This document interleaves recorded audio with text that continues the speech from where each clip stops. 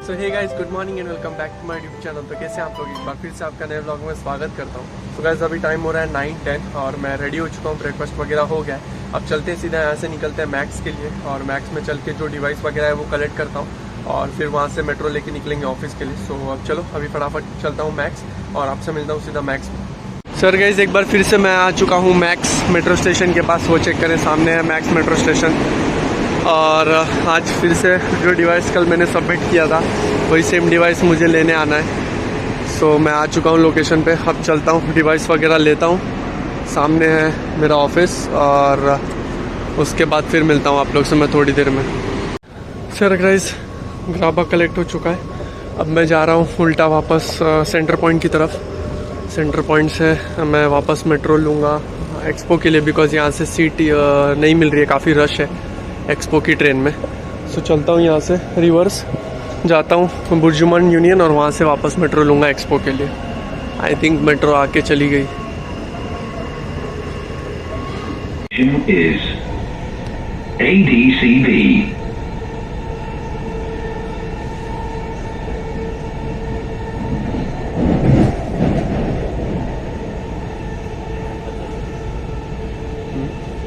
तो हे guys, good evening. मैं घर पे आ चुका हूँ और कपड़े वगैरह चेंज कर लिया हूँ, हाथ मुंह धो लिया हूँ और अभी टाइम हो रहा है 7:30। सो अब चलता हूँ, आज किचन बिल्कुल खाली है। चलता हूँ, सबसे पहला काम करता हूँ खाना बना लेता हूँ। और आज खाने में नॉर्मल प्लेन दाल राइस बनाने वाला हूँ। आज बहुत दिन हो गया दाल राइस भी नहीं खाया, तो आज दाल राइस बनाएंगे प्लेन नॉर्मली। तो चलता हूँ, सबसे पहले दाल बना लेता हूँ, फिर दाल बना के साइड कर लूंगा, तड़का वड़का दे के फिर राइस बना के आज का डिनर प्लेन दाल राइस करेंगे। तो चलता हूँ अभी किचन में, फटाफट दाल चावल बना लेता हूँ, फिर मिलता हूँ आप लोग से थोड़ी देर में। गाइस आज के डिनर में प्लेन दाल राइस बना रहा हूँ। सो यहाँ पे मैंने गैस चालू करके दाल, मसूर दाल, मूंग दाल डाल दिया है, 2 लहसुन है, हल्दी, नमक और थोड़ा सा तेल डाल दिया ताकि सीटी के थ्रू वो बाहर पानी ना फेंके। सो अब कुकर लगा देता हूँ और दाल होने के बाद राइस बना के फिर डिनर करता हूँ, मिलता हूँ आप लोग से। ये अपनी दाल रेडी हो चुकी है। अब इसको नॉर्मल तड़का देंगे 2 लहसुन और जीरे से। तो यहाँ पे कुकर गरम हो रहा है, इसमें तेल डालता हूँ, इसको तड़का देता हूँ और फिर राइस बना के मिलता हूँ मैं आप लोग से। यार गाइस खाना वगैरह हो चुका है और 10:30 बज चुके हैं। मैं एक्चुअली खाना खाते समय आप लोग को दिखाना ही भूल गया खाना कि मैं क्या खा रहा था, बिकॉज जब मैं खाना खा रहा था तभी मैं मेरे फ्रेंड के साथ कॉल पे बात कर रहा था और उसी फ्लो में बात के चक्कर में मैंने खाना प्लेट में परोस भी लिया और खा भी लिया। मेरे को ध्यान में था कि मैं शूट करूंगा, लेकिन कब बातों में मैं खाना खत्म भी कर लिया। फिर मुझे याद आया, मेरा क्लिक हुआ कि मैंने आज वीडियो शूट ही नहीं किया खाने का। बट कोई नहीं, मैंने आप लोग को एटलीस्ट ये दिखा दिया था कि मैं क्या बनाने वाला हूँ। सो नॉर्मल दाल राइस था और उस दिन जो मैंने आलू का पराठा लाया था उसके साथ वो जो पिकल मिला था हम लोग को, अचार, वो रखा था मैंने संभाल के। और वही अचार के साथ दाल चावल, मस्त तड़के वाली दाल थी और नॉर्मल दाल चावल खा के बर्तन वगैरह धो के अभी फ्री हो चुका। और आज दिन भर की बात करूं तो आज पूरा दिन 8 घंटा हम लोग ऑफिस में ही थे, सिवाय जो सुबह हम लोग गए थे मैक्स मेट्रो स्टेशन के पास डिवाइस कलेक्ट करने। सो डिवाइस कलेक्ट करके ऑफिस गया, उसके बाद पूरा टाइम ऑफिस में ही था, काम किया ऑफिस में। और अराउंड 6, 6:15 को ऑफिस से निकला और फिर वही 7, 7:15 तक घर पे आया आराम से। थोड़ा जल्दी आया था इसलिए फटाफट खाना वगैरह बना के सब काम खत्म कर लिया था जल्दी। बट हालांकि अभी खाते खाते बर्तन धोते होते 10:30 बज ही चुके हैं ऑलरेडी। बाकी यार गाइस आज मैं आप लोग को एक छोटी सी टिप देने वाला हूँ, एक छोटा सा इन्फॉर्मेशन या कह लो कि अपडेट देने वाला हूँ इंटरव्यूज के बारे में। मेरे ऑफिस में कुछ टाइम पहले इंटरव्यूज चल रहे थे, वॉक इन इंटरव्यूज थे फ्रेशर्स के लिए, सेल्स के लिए, सेल्स जॉब के लिए। सो कई सारे लोग हैं वहाँ पे, पाकिस्तानी, नेपाली, इंडियन और लड़कियां भी आई। सो मैंने एक चीज नोटिस की, हालांकि सब फ्रेशर्स थे, कोई एक्सपीरियंस नहीं आया था बिकॉज फ्रेशर्स के लिए ही हायरिंग थी। सो मैंने एक चीज नोटिस की उनके इंटरव्यू के टाइम, क्योंकि मैं भी था उस समय जब उनका इंटरव्यू हो रहा था। सो मैंने एक चीज नोटिस की कि जो फ्रेशर्स लोग इंटरव्यू के लिए आ रहे थे वो वेल प्रिपेयर होके नहीं आ रहे थे। उनका सारा जो इम्प्रेशन होता है वही खराब हो जा रहा था, क्योंकि वो प्रॉपरली प्रिपेयर होके नहीं आ रहे थे। यानी क्या पूछेंगे सामने वाले, या मैं अगर ये बोलता हूँ तो उन लोग इसका क्रॉस क्वेश्चन करेंगे, तो उसके लिए मुझे क्या बोलना है, क्या रेडी होना है, आंसर के लिए मुझे रेडी रहना है। कुछ भी प्रिपेयर करके नहीं आए थे, बस सीवी लेके आ गए थे इंटरव्यू देने कि हाँ भाई मैं इंटरव्यू के लिए जा रहा हूँ, इंटरव्यू दे के जॉब मिला तो मिला, ठीक है, नहीं तो दूसरी जगह इंटरव्यू देंगे। सबसे बेसिक मेन क्वेश्चन हर एक कंपनी पूछती है आपसे कि आपका कहीं एक्सपीरियंस है क्या, जॉब एक्सपीरियंस किसी भी फील्ड में हो, बस पूछती है कि जॉब एक्सपीरियंस है क्या। कई लोग बोल रहे थे नहीं है, कई लोग बोल रहे थे है। एक बंदे की बात मैं आप लोग को बताता हूँ, मुझे पता नहीं एग्जैक्टली याद नहीं है वो बंदा कहाँ से था, बट उससे जब मेरे मैनेजर ने पूछा कि कोई जॉब एक्सपीरियंस है क्या, तो उसने बोला हाँ, मैंने इंडिया में निसान कंपनी में कार सेल्स में, ऑटोमोबाइल सेल्स में मैंने काम किया है। ओके, सो ठीक है, ऑटोमोबाइल्स में सेल्स किया है। अब उससे पूछा कि आप कौन सी कार बेचते थे, उसने बोला निसान की, उसको नाम नहीं पता, उसने काम किया है निसान की कंपनी में और उसको कंपनी के कार का, निसान की कोई भी कार का नाम नहीं पता। उससे पूछा कितनी कार बेचते थे महीने में, तो बोलता है 20-25 कार बेचता था। ठीक है, उससे पूछा कार का प्राइस क्या था जो कार आप सेल करते थे, तो बोलता है 5 लाख। अब आप लोग मुझे बताओ गाइस, निसान की कौन सी गाड़ी 5 लाख में आती है? New car on road price कौन सी गाड़ी का 5 लाख प्राइस है? कोई भी गाड़ी का निसान की न्यू प्राइस 5 लाख नहीं है।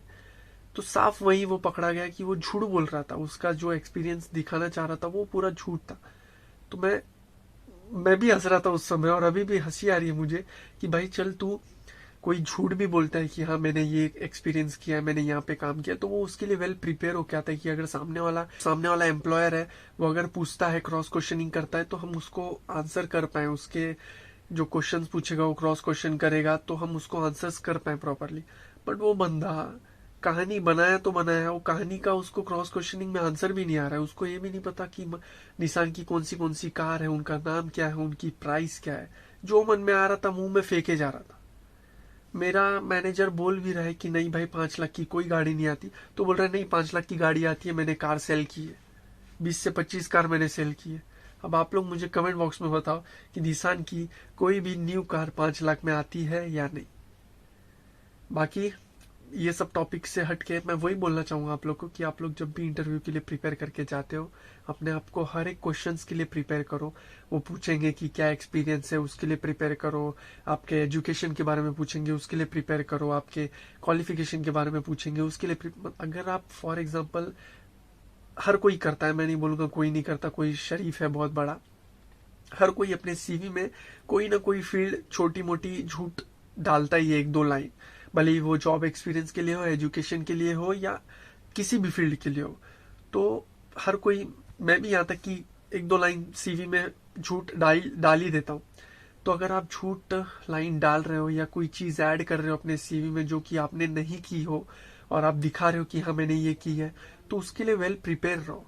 भले ही वो जॉब रोल के लिए हो, अगर जॉब रोल का डाल रहे हो, फेक एक्सपीरियंस डाल रहे हो आपकी, हाँ मैंने इस फलाने जगह पे मैंने काम किया है, इतने साल का एक्सपीरियंस है, ये काम किया है, तो उसके लिए प्रॉपर प्रिपेयर करके जाओ कि आपने जो कंपनी के बारे में फेक एक्सपीरियंस डाला है उसका इंफॉर्मेशन क्या है, कंपनी के बारे में, कंपनी के जॉब रोल के, कंपनी का जो प्रोडक्ट्स है आपने जो सेल किया रहेगा उसके बारे में प्रॉपर इंफॉर्मेशन लेके जाओ, ताकि आप झूठ भी बोलो तो सामने वाले को लगे, पता ना चले कि भाई झूठ बोल रहा है। इतने सफाई से झूठ बोलो आप।